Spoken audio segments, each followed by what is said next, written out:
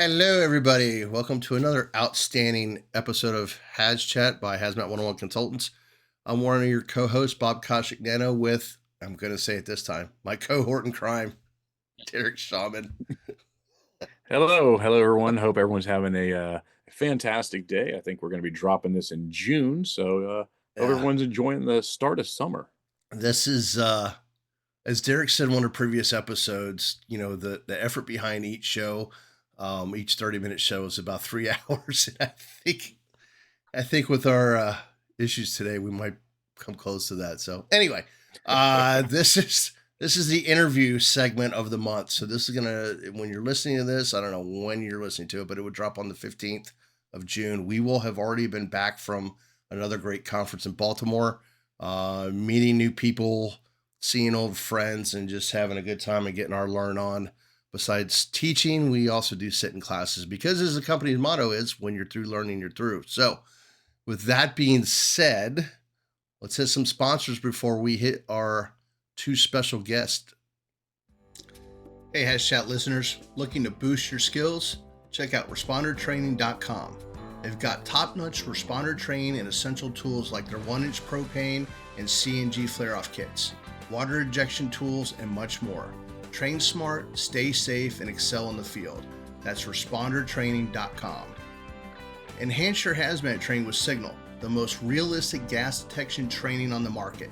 For under $100, you can simulate any detection combination from handheld meters to fixed location monitors, and even confined space scenarios with their universal pump attachment. Signal delivers unlimited range and detector combinations trusted by top teams around the world. Visit signalapp.com or download the app now. Signal, unlimited range, unlimited possibilities. In Our Gear products, built by first responders for first responders. In Our Gear delivers innovative, field-tested tools for every level of hazmat response. The ZMAT card empowers ops-level responders to set the initial tone with quick, easy-to-use hazard identification.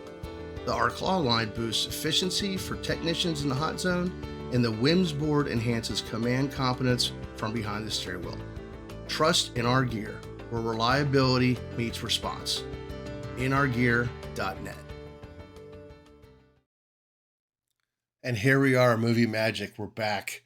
So we have two special guests, and to kind of explain the layout, they're going to pop up in Derek's window here and there as they talk. So we're going to start with this. This episode is dealing with how hazmat teams operate from different countries. So we have two special guests that are from Canada, and we're going to allow them to introduce themselves, give us a short little bio. Steve, let's start with you first. Sure. Thanks, Kosh. So Steve Clark, I'm a captain with a large fire department in southwestern Ontario, just outside of Toronto. Spent about 10 years with our city's hazmat team and now sit as the vice president of OMRA, which is the Ontario Hazardous Materials Responders Association, which is the only professional trade association in the country. We don't have nearly as many state level associations as you guys do, but we're trying. Outstanding. And you have I think one of those sponsorships we just saw in there was your Signal app, correct? Yeah, I really like that. I'm gonna have to freshen that up for you, but appreciate putting that in there. No, absolutely. I think it's cool. It's a great tool, and you guys should definitely check it out. Those who are listening and watching. Phil, how about you? Yeah, Phil Fujimoto. I'm a captain in the same fire department that Steve comes from. And I've been on the department for about 16 and a half years or so, most of that in hazmat, and got the privilege of coordinating the department's hazmat response team. I sit on the executive with Steve of OMRA as the fire branch director. And I've also had the privilege as well of sitting on the NFPA 1072 and 470 provincial advisory committee for hazmat. So essentially, kind of a state level equivalent of a state level organization for just advising hazmat to the fire marshal's office. Awesome, awesome. So one of the things we talked about, and Derek can go a little bit more into this as far as the technician level training. So in the United States, we don't have a set uh technician level hours. Like, for Florida, where Derek and I are from in Orlando, well, for the state of Florida, it's 160 hours. Other places are 80 hours. Other places, Derek, what else is there? There's somebody else that's got like 200 hours, right? Yeah, so you have 200 hours. We have a department in South Florida that they do 300 hours because they require the additional federal classes as being required before you join the team. But then we also branch over from there into industry, and you have your TSD, your treatment, storage, and disposal facilities that they could be 24-hour technicians, they could be 40-hour technicians. So anywhere from 24 to 300 hours It's makes you a technician. it's a wide spectrum here in the U.S. of A. I can tell you that. What's the training hours for you guys in Canada, Steve or Phil? Yeah, I think typically speaking, we follow the NFPA levels, or the NFPA certification levels, more or less. It might vary province to province, as it varies for you guys state to state. But typically speaking, if we're looking at one of our technicians in our department, they're probably going to be about 120 hours to go all the way from zero to hero, as we call it, right? So from Right. an awareness level hazmat responder all the way up to a technician. And as we know there, that's where we'd sign off and say, okay, this person can respond into incidents as a technician, go downrange, do hot zone work. But obviously, as you guys kind of got in your motto there, right? It doesn't stop there. Before we send people and do anything kind of really high risk, we're going to be doing some additional training on top of that. So it does vary from place to place. But really, in my experience, specifically in Ontario, we rely pretty heavily on the authority having jurisdiction, right? So again, if you're in a small community in Northern Ontario, you're not going to require the same amount of training necessarily as somebody in Toronto, Ottawa, Montreal, some of our bigger cities. So So what's the Yeah, and you bring up a good point there that it a lot of it comes down to what is your function, what is your department's responsibility is going to really drive that training. Because if you're just simply responding to hydrocarbon spills, which is the majority of hazmat incidents, um, and you don't need a CBRNE component, then you don't need to have the same amount of hours. So yeah, a lot of that comes down to the three letters that usurp any standard that we try to put in place, which is AHJ, authority having AHJ? jurisdiction, which is good because they can model it to their community needs. The challenge is when sometimes those three initials get thrown out as a way to avoid the additional requirements. Yeah, because Well, there's what's oh, sorry, Kosh, no, go no. ahead. I was just gonna say because we have departments, so we have technicians, and then there are obviously ops level departments. And this is not just Florida, but around the country. Derek and I've seen where they do the mission specific from NFPA, right, from the 470. They do try to hit the mission specific stuff, and you sit there and you look at all down their ops level, and you look at this mission, this mission. It's like, dude, you're doing technician stuff, and it just, I don't know what the reason is. I don't know if it's because they don't want to spend the money on the team or to call themselves a team or the liability. I don't know what it is, but they're doing so many mission specific. Really, they're a hazmat team. Yeah, and you see that a lot in more so the private sector here. Like we have similar to you, we'll have companies that do a 4 hour or an 8 hour spill course, right? And according to their authority having jurisdiction, that's sufficient, right? Which is their company, right? And it might just be low risk or one chemical, say battery acid or something, right? But what's interesting here in Ontario is our authority having jurisdiction, the fire marshal's office, which Fuji alluded to, they just changed the rules a couple of years ago and it comes into effect next year. And Phil can speak to this a little better than I can, but essentially what they're trying to do is essentially audit, I guess, or streamline and sort of make everyone uniformly trained across the province. They're now saying you have to have what they call mandatory certification. Like you must be certified in whatever you do. And in this case, it's HazMat. They set the standard for that. And then I believe they come in and third party sort of test and audit that, do they not, Phil? Yeah, they do. Typically in our province, Ontario, which is, the largest province, so a little bit of sway there. But what they do is they basically go by the IFSAC standard, right? So we still have a lot of jurisdictions that go by Pro Board. So we actually, our fire marshal's office, Department of Academic Standards and Evaluation, they are audited by both Pro Board and by IFSAC to make sure that all their curriculum and their exam material meets the standard. And then again, being the authority having jurisdiction, they coordinate the training and the evaluation throughout the province. So if you're in, let's say, Toronto and you want to be certified to the provincial standard, you go through them for it. You can have outside training partners with learning contracts with the fire marshal's office, but more or less you got to go through them as the central authority to meet that provincial standard when it comes into effect. Now, do all your teams that run with you, there's an incident that your department couldn't handle, or you got called in mutual aid, or whatever the case may be, how closely trained are they to your level and equipment? Is it the same type of equipment? Do you guys try to have the same stockpile of stuff, the same brands, the same whatever? Yeah, I think it's a little bit more. It's difficult, as we all know. Like hazmat training, equipping a hazmat team is all pretty expensive. So, I think there is the effort to try to standardize as much as we can. I think that's beginning at the training level. We've actually moved away from having like a central fire academy for the province, and they've decentralized it more to have regional training centers, Mhm. still overseen by the fire marshal's office or Ontario Fire College. Equipment wise, no. I mean, it's because the vast majority of the equipment is bought by the municipalities on their own. You can't really say you have to buy this, you have to buy Right. this.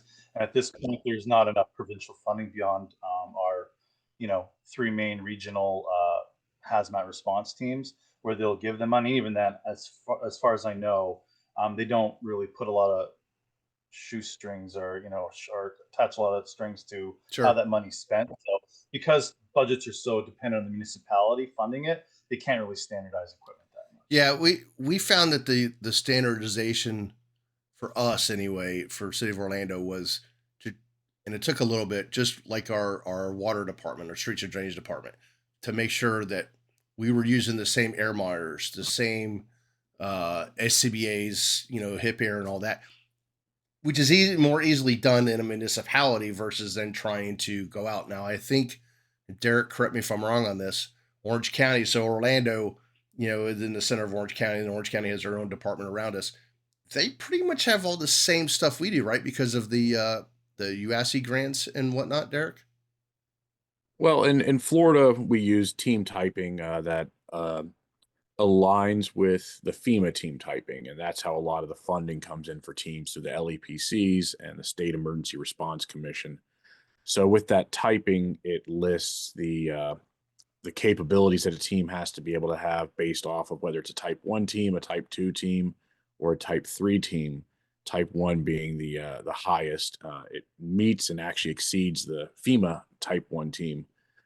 So it states the types of technologies we're going to have, not necessarily the brands, but Right. it states that you will have this type. You will have FTIR, you will have Raman spectroscopy, you will have um, just various forms. Where a lot of the standardization really comes into play is with the grants. So a lot of equipment makes it to grants because it meets the requirements set forth to qualify for that grant. So you get a lot of interoperability on that end. We do have variations of manufacturers from here and there, but there's a lot of cooperation also within our region to say, hey, we cover multiple counties within our region. If everyone gets the same stuff as much as possible, then in the event that we need to come together, we've got interoperability. It's A a lot of nice that's kind of being improved with other softwares out there. There's some third-party softwares out there for mapping and plume modeling and all that that will work with you. Basically, bring your own device type technologies, so that's great. But familiarity with equipment is a big advantage when you have a massive incident. I like that as a halfway point, Eric. That you have the same equipment, you might not be the same model, but you're bringing the same function out in the same capabilities to a scene if you do have one of those larger incidents that requires, you know, interstate or inter-county operability. For instance, one example like the area race for like area air Right. monitoring. Um, Most of the high level teams were using like the Ray area Ray. Um, that was nice because they're really the only product on the market back when we did it. When our police teams were getting that equipment, when our provincial response teams were getting it, but now it's kind of fallen apart a little bit just because there's a lot more products on the market as well, right? So again, as long as, but the good thing about that was all of our devices were able to talk to each other, which is great because Right. that's a the capability that a lot of these manufacturers are building into it. Unfortunately, now a lot of us have different brands. That's not going to work the same way, but at least we do have that same general capacity. So you know what to expect when you're responding into a different jurisdiction. Yeah, that's great. I And think then go ahead, oh, Steve. sorry, Kosh. No, no, go ahead. I Go just ahead. think that's one of the biggest differences. And, you know, I remember going to Baltimore for years, sitting in on these chats specifically about J hats and joint teams. We don't really have those here. Uh, it, I don't really, I think there might be one or two services, or I should say cities that sort of integrate their services, but it's the exception and definitely not the rule. And Fuj said with procurement, like where we work, the police and the fire department are not the same procurement people. So Oh, really? um, as far as I know, like if Phil's buying a gas detector for the fire department, the police are not tied to that. I'm sure that it's possible, but to give you an example, going to the basics of hazmat response equipment. It's only in the last few years, Phil, correct me if I'm wrong, that the police have started using the same SCBA face pieces, and we were fit testing them so that they could use our equipment, right? Because you want to talk about expensive equipment, SCBA is pretty pricey, right? Yeah. So uh, that was a gap that was identified. They're like, oh, we don't have SCBA. We might need to use your SCBA, right? For depending on the crime scene or the nature of the call. So it's a lot cheaper to get a mask and make sure you get a compatible mask than to buy a whole SCBA. So like starting that, like that's kind of where we're at, is starting at that level, let alone buying the same suits, buying the same detectors. Right. We're sort of run as completely independent companies or organizations. And then when you sort of spool out from there to other cities, other jurisdictions, it gets exceptionally more challenging. Like we are not using the same SCBA even as some of our neighboring cities, let alone hazmat equipment. So just air management at the base level becomes challenging, right? So Now you brought the law enforcement. That's a good segue into this because we had in '01, with everything that happened, and we were running 30, 40 powder calls a day, and it was just stupid, crazy stuff we were doing.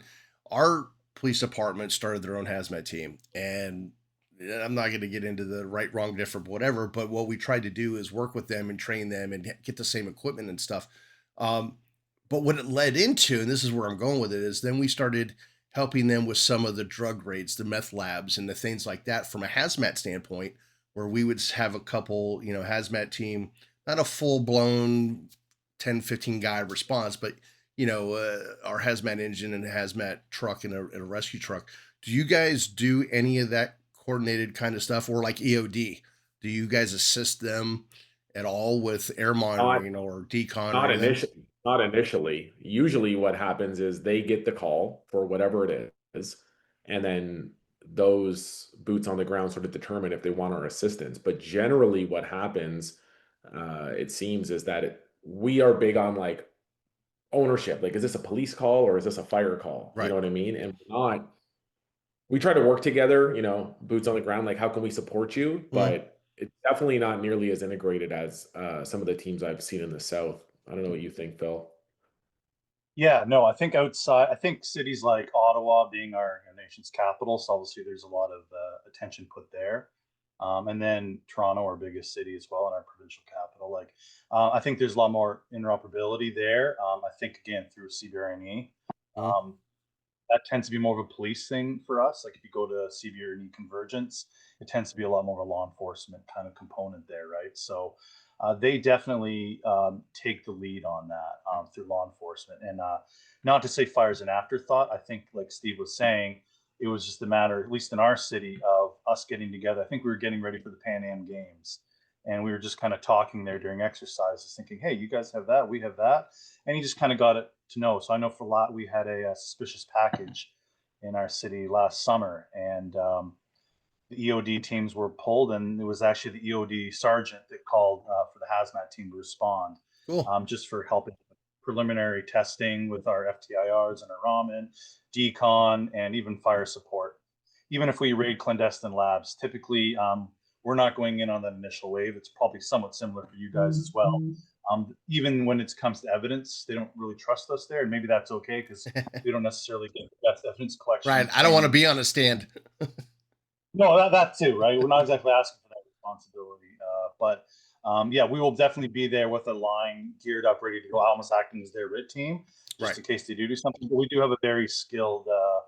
Our provincial police got a specialized team that deals with clandestine labs and hazmat situations. Oh, so perfect. at least in our province, we're in good hands with them, and we work very closely with them to make sure things work. Again, any Canadian listeners out there, I apologize if I'm being a little too Ontario-centric here, but like big cities like Calgary, Vancouver out west, Halifax out east, they might do things a little bit differently, and please get in touch with me. I'd love to hear how you guys do things as well. But yeah, mainly a police focus when it comes to those guys. Well, At the municipal level, like you said, there are some provincially funded teams, but aside from a few exceptions, teams aren't as integrated except for maybe one or two of the largest cities. And I don't even know how integrated they are, but most municipalities, they're sort of parallel teams that work together when they need to, but it's less than streamlined or truly integrated. yeah, Yeah, and that's one of the areas that Bob and I hit in our class, the politics of hazmat. We talk about, um, getting out there and making those contacts and realizing that when the incident comes in, that's not the it's time. too late to meet these people. It's too late to train together. It's too late to know what capabilities each other have. You got to get together ahead of time, and some of the things that you can leverage, like maybe you're a smaller agency that your purchasing power isn't really there, versus if you say, hey, our entire municipality needs this piece of equipment, so maybe law enforcement, fire department, and even public works can get in on a contract to where we're all getting the same multi-gas meter. So there's pros and cons to that, because obviously the driving factor is going to be money, and sometimes when you're getting a small set of items for a hazmat team, you can justify, hey, we need the flexibility of a higher end piece of equipment, versus saying we're going to do this across the board for the entire municipality, and we've got to get 200 of them, and we're not spending that much money, so we're going to go with a cheaper. I think if you can get maybe some consensus on, hey, as a municipality, if we need these, again, example, multi-gas meters, and law enforcement, fire department, and public works, if we can commit to a single manufacturer, maybe that could be Right. a huge benefit in purchasing power, but also maintenance. You may be able to purchase calibration gas in bulk, things along those lines. Because issue- usually the model of the device doesn't make a difference. No, I know, but the issue with that, and these are conversations like I know Phil and I have had over the years with our counterparts. Like, we'll just keep using the police as an example, and it's always the same thing, right? Where like boots on the ground, like we get it, right? It's like I remember having these like honest conversations, like we only have like this much staff, and you only Right. have this much staff, and you have this tool, and we have that tool. Like independently, we're lacking, but together, like there's a lot of um, synergy and things we could accomplish. And like you just said, once it goes up the chain, I don't know where exactly that breaks, whether it's in procurement rules or what, but the concept of, sharing cal gas, having the same detectors, having the same face pieces, like it makes sense at the grassroots level, but somewhere along the political lines, something happens, and I don't know what it is, but we're lucky that we do have those good relationships, and I think that's probably most services. But maneuvering your way through the system to achieve those goals seems challenging. And I'm not directly a part of it, so I can't comment where that breaks down. But yeah, it's harder said than done for sure. Mm-hmm. Yeah, we've had some of that. We had that problem, and I think to some extent we still do in different circles. But we've been able to, we're fortunate, Derek and I, with the city of Orlando, that our EOD team, for instance, is part of the fire department. So we were able to talk to them and sit down and go, listen, here's the meter package we can get. We're dispatched on EOD calls with them. We help them get dressed out and get their doffing of their suit, and we're their writ. So we're fortunate in that aspect that we have fire slash law enforcement with our departments, and they talk to their other law enforcement EOD people, and it's kind of, other departments have kind of shared that same philosophy. And it's like the analogy I always give for just meth labs, for instance. If you don't want to have a fire engine or whatever on standby because this is your world, when something goes wrong, how long is it going to take for that rescue truck, or we call them rescue trucks, ambulance, whatever you call it, and fire truck to get there to help you? 6-7 minutes maybe. Do you want to stand on fire or short of breath for 6 or 7 minutes, or do you want them on scene? They can help you in 30 seconds. It's your choice. Yeah, absolutely. And I think that's like I was mentioning earlier. Just sometimes having those chance meetings at those those necessary large exercises that we have been great. And yeah, Steve and I have definitely been working at the like captain slash sergeant level, right, Yep. where we kind of talk with some of our counterparts, and obviously we've got our higher ups in the department that control purse strings and policy, and Sure. you just got to work with them to, because obviously I've learned in my, decade or so of dealing with the politics of it all that everybody's got somebody they answer to, right? So Yeah. they've got their concerns that they're dealing with. It's just a matter of making that slow, gradual, glacial pace change that we need to do, right? Like we say, sometimes it's days feel like, all you're doing is holding that rock from sliding further back down that hill, right? So, Yep. but that slow Mm-hmm. process of just working with the stakeholders and the people that are on the ground beside you at these incidences, that's where we make that change, and those personal relationships matter. And even as we all promote through the ranks, hopefully you kind of hold on to that as you reach Sure. a decision part of your career, and you can help affect that change there. Yeah. Well, I liked hearing that you guys add that third leg into the overall process. You have the education of where your people are getting trained to whatever level, the certification saying, hey, you've completed the education component, Right. but it sounds like you're out there actually doing the validation of, okay, here we got the education, the people have been certified, let's validate. Does this certification hold, and are they meeting the standards and the criteria that we've set forth? So it sounds like you guys are actually a bit ahead on that than there's some different things. I know in the state of Florida we have an assessment tool that we have that where they go out and they evaluate teams, but those things I think are kind of few and far between. Yeah. You don't have a lot of places where that's happening, so it's awesome that you guys are doing that. Yeah, I mean, Yeah, I don't on want to top accuse of you, making you think it happens all the time, but every once in a while, every once in a while it does happen. Something is better than nothing. Yeah. Yes, indeed. Well, listen, guys, I appreciate you coming on. It sounds like, and I say this all the time, it doesn't matter where you're at. Everybody has the same issues. And, we might handle them a little differently, or we listen to somebody else and go, hey, maybe we should try that. So, thank you, Phil and Steve, for coming on. I appreciate it. If somebody wants to reach out to you guys, I know you mentioned Canada, other people listening, and these shows are watched and listened around the world. I think we've got like 20 something countries that have listened and watched this so far. So if they wanted to get a hold of you guys, where could they get a hold of you? Phil, let's start with you first, if you don't mind. Sure. Yeah, no, not a problem. It's just Phil, so PHIL at omra.ca. So I've got to spell it in front of me now. Yeah, Phil at omra.ca. Awesome. Steve? Yeah, very similar for me. It'd just be steve at ohmra.ca.